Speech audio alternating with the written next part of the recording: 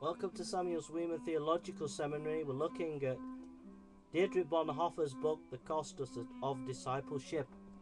On two separate occasions, says Bonhoeffer, Peter received the call, "Follow me." It was the first and last word Jesus spoke to his disciples. Mark chapter 1:17, John 21:22. A whole life lies between these two calls. The first occasion was by the lake of Gennesareth, where Peter left his nets and his craft and followed Jesus at his word. The second occasion is when the risen Lord finds him back again at his old trade. Once again it is by the lake of Gennesareth, and once again he calls, "Follow me." Between the two calls lays a whole life of discipleship in the following of Christ.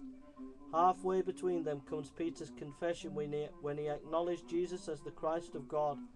3 times Peter hears the same proclamation that Christ is the Lord and God at the beginning, at the end, and at Caesarea Philippi. Each time it is the grace of Christ which calls to him, "Follow me," which reveals itself to him in his confession of the Son of God. 3 times on Peter's way did grace arrest him. The one grace proclaimed in 3 ways. This grace was certainly not self-bestowed.